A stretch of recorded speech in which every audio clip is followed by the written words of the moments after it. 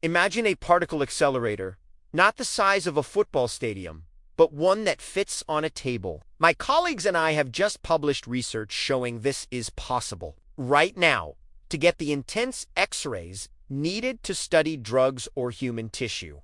Scientists use enormous facilities called but what if we could shrink them down to the size of a microchip? Our new concept uses tiny carbon nanotubes and a special kind of laser light that twists like a corkscrew. When this laser pulse zips through a nanotube, it traps and accelerates electrons, forcing them into a spiral. This motion makes the electrons emit powerful, focused X. It's like a microscopic synchrotron, using the same physics as the giant machines, but on a nanoscopic scale. This technology could revolutionize science and medicine. Instead of waiting months for time at a national facility, hospitals and labs could have these tools, and this could lead to clearer medical imaging and faster drug discovery. While it's still in the simulation phase, all the components exist. The next step is building it.